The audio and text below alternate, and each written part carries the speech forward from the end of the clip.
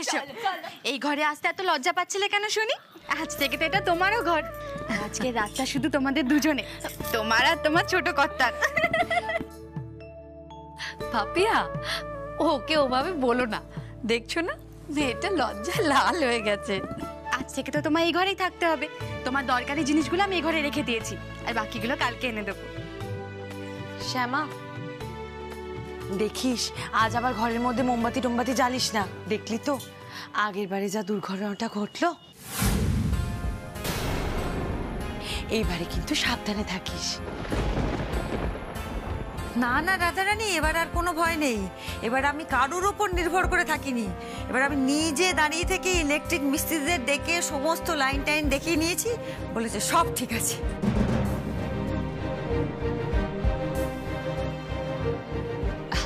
ব্যাস, তাহলে তো কোনো চিন্তাই নেই। কি হলো, তোমরা এরকম দাঁড়িয়ে থাকবে নাকি? হলো তো, আনন্দ ফুর্তি সব হলো তো, খাওয়া দাওয়া হলো, সব হয়েছে। এবার যে যার ঘরে গিয়ে ঘুমিয়ে পড়ো, যাও। ঠিক বলেছো দিদি ভাই, এবার আমাদেরও যাওয়া উচিত, আর মেয়েটাকেও একটু একা ছাড়া উচিত।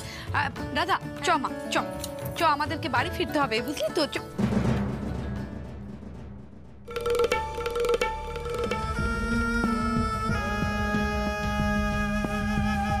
আরে এমন কি রাত হয়েছে বলতো? শোন, আজকে রাতটা একটা কোনো হোটেলে থেকে তারপর কাল সকাল সকাল বাড়ি চলে যাব। হ্যাঁ হ্যাঁ, সেটাই বরং ভালো। চলো শ্যামা, বড় বৌদি, আসি। কি হলো রুক্মিণী, এত রাতে তোমরা কোথায় যাচ্ছ?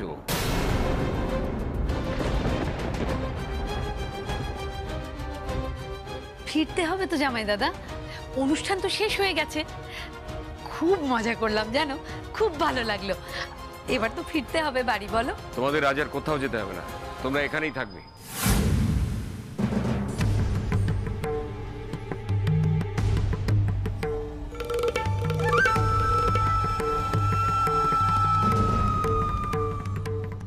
না না জামাই দাদা, এবার আমাদের ফিরতে হবে জানো।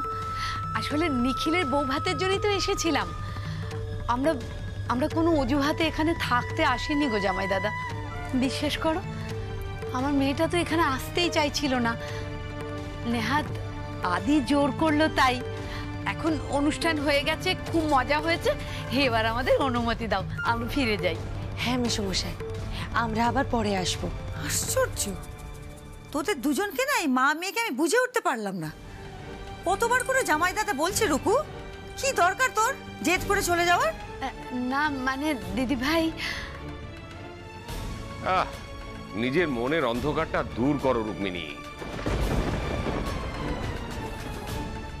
দেখো, আজ সকাল থেকে আমরা কেউ তোমাদের পর ভাবিনি, আগের মতোই আপন করে নিয়েছি। রাধাও আজ আমাদের সঙ্গেই নেচেছে। হ্যাঁ, এছাড়া আদি আর রাধার সম্পর্কটাও তো আমরা মেনে নিয়েছি। তারপর আর এসব তোমরা করো না। যাও, গেস্ট রুম রেডি করা আছে, তোমরা ওখানেই থাকবে। হ্যাঁ গুরুমা, বাবা একদম ঠিক কথা বলেছে। তোমরা বরং আজ এখানেই থেকে যাও। রাধা দিদি, নিশ্চিন্তে এখানে থেকে যাও, তোমাদের কোথাও যেতে হবে না আজ। তাছাড়া আমরা তো তোমাদের আত্মীয় আপনজন, আর এতদিন তো এটাকে নিজের বাড়ি ভাবতে, আজও না হয় সেটা ভেবেই থেকে যাও।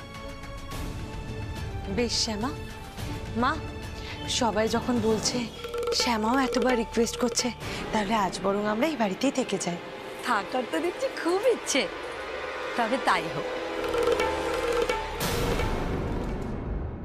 শোনো রুক্মিণী, তোমরা যাই ভাবো না কেন, আমি কিন্তু নিখিলের বিয়েটা মিটে যাবার পর থেকেই আদির বিয়েটা নিয়ে ভাবতে শুরু করেছি।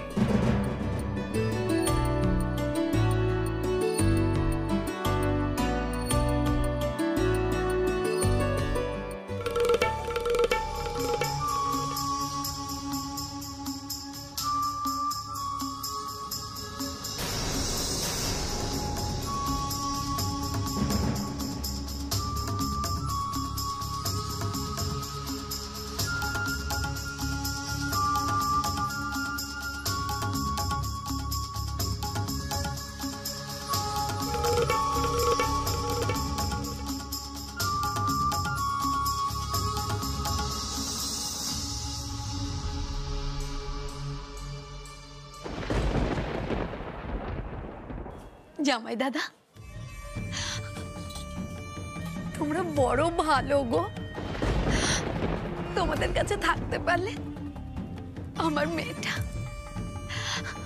মেয়েটা খুব ভালো থাকবে। আচ্ছা ঠিক আছে ঠিক আছে, সময় হলে সব বোঝা যাবে। আপাতত তোমরা এখান থেকে যাও, এখানে আর ভিড় বাড়িও না। ওদিকে অশোক আর আদি তো নিখিলকে আসতেই দিচ্ছে না, সারাক্ষণ জোকের মতো লেগে রয়েছে। আর তোমরা এখান থেকে না গেলে নিখিল এখানে আসতেই পারবে না। আরে বাবা, যাচ্ছি যাচ্ছি। শোনো না, আজ আমার কিন্তু একটু মনটা কেমন কেমন করছে, মানে দুশ্চিন্তা হচ্ছে। আবার কিসের দুশ্চিন্তা সুজাতা?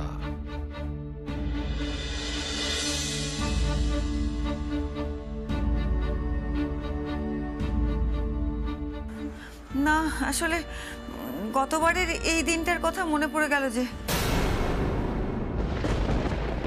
আরে দূর, একবার একটা অ্যাক্সিডেন্ট হয়েছিল বলে প্রতিবারই ওরকম হবে নাকি? গতবার তো ওই ক্যান্ডেল ল্যাম্পটা থেকে আগুন জ্বলে গিয়েছিল। তুমি নিজেই তো সব দেখে শুনে নিয়েছো, তুমি আর চিন্তা করো না। শ্যামার নিখিলের ফুলসজ্জা নির্বিঘ্নেই হবে। হ্যাঁ দেখে নিয়েছি, কিন্তু তবুও জানো তো চিন্তায় আমার ঘুম আসবে না আজকে রাত্রিরে। ছেলের ফুলসজ্জার দিনে মা বাবাকে বেশি রাত অব্দি জেগে থাকতে নেই। তোমাকে কি সবকিছু বুঝিয়ে বলতে হবে? কি আশ্চর্য, তোমার কাছে আমি ওসব কথা জানতে চেয়েছি নাকি? তুমি না একটা আজব মানুষ, মুখে কিচ্ছু আটকায় না। না চলো এসো। চলো চলো রাধা, বিজলি চল। শ্যামাকে এখন একটু একা ছেড়ে দে, তার ছোট কথার জন্য অপেক্ষা করবে তো। শ্যামা, আর লজ্জা পেতে হবে না, এবার দাঁড়াও। All the best. আয়, মেয়েটাকে আর জ্বালাস না, আয়। চলো বড় বৌদি, চলো। আসলাম। ছোট বৌদি, বিজলি।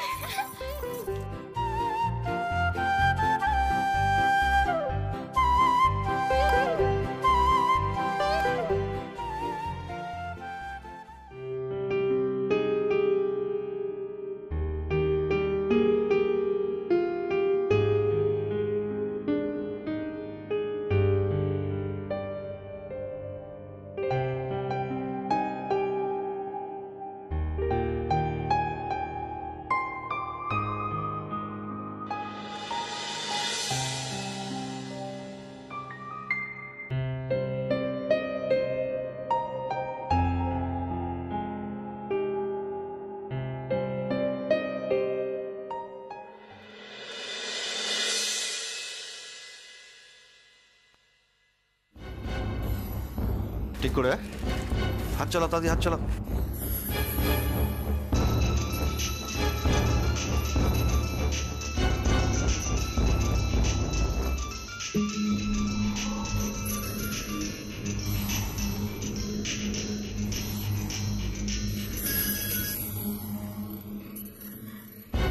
হ্যাঁ স্যার। যেভাবে বলছি সেভাবে সব হচ্ছে তো? হ্যাঁ স্যার, আপনি যেভাবে বলেছেন একদম সেভাবেই সব হচ্ছে। কোনো গোলমাল যেন না হয়। আজ নিখিল চৌধুরীর ফুলসজ্জা, আর সেই মধুমাখা রাত শেষ হতে না হতেই নিখিল চৌধুরীর উপর একটা বড় বাজ পড়বে, যাতে সেই বাজে নিখিলের মেরুদণ্ডটাই ভেঙে যায়।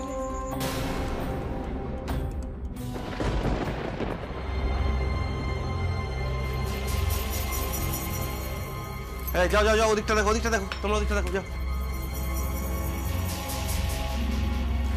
ওই প্যাকেটগুলো রেডি করো।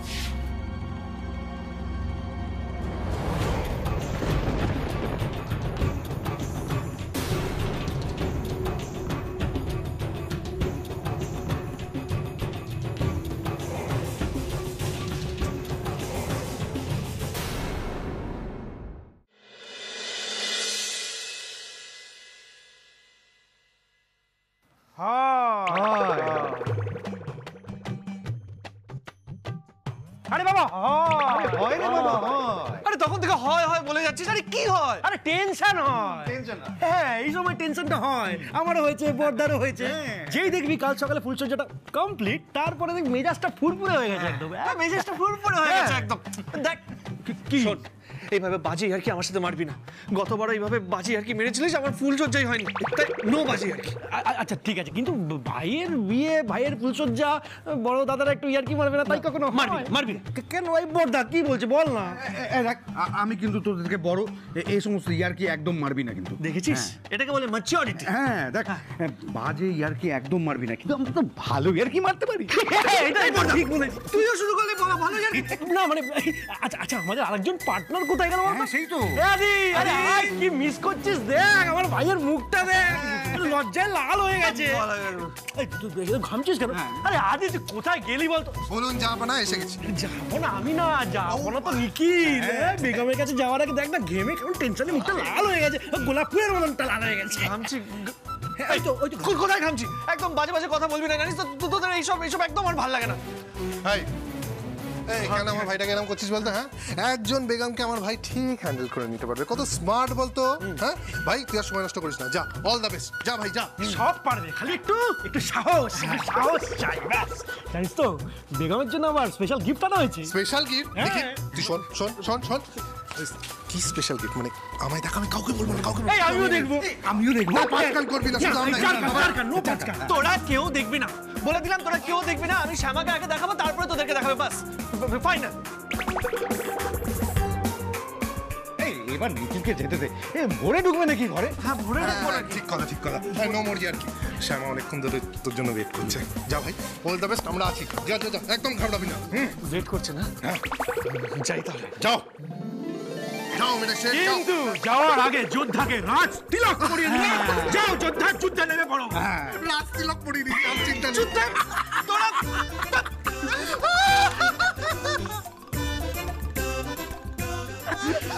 কি হলো?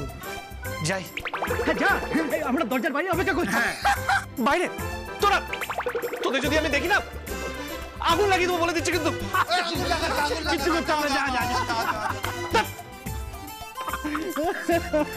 বাপরে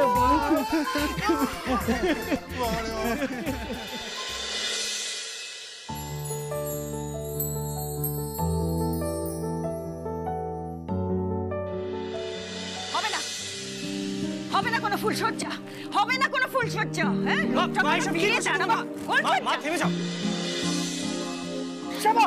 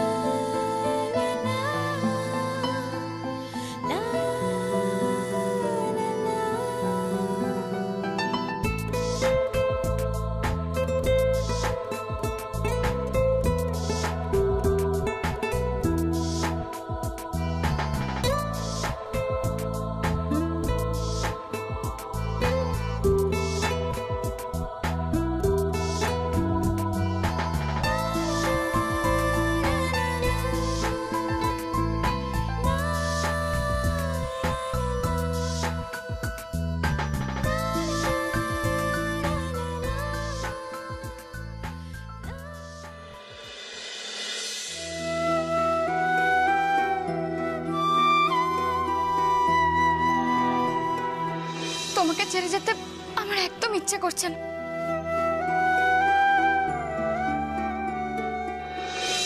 জানো শ্যামা, কখনো কখনো দূরত্ব মানুষকে আরো কাছে নিয়ে আসে। আর এই যে দুটো দিন আমরা দূরে থাকবো, এটা আমাদের আরো কাছাকাছি নিয়ে আসবে। আর এই অনুভূতিটা বলে বোঝানো যায় না।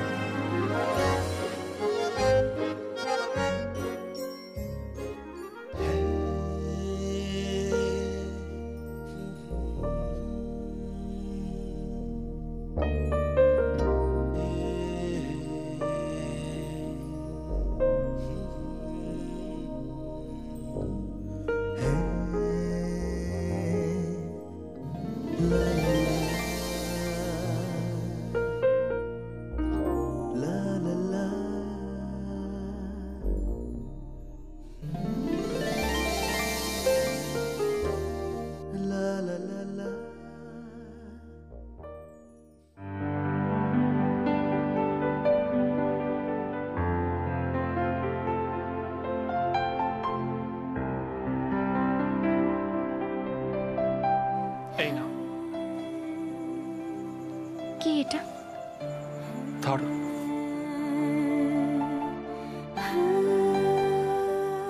খুলে দেখে নাও।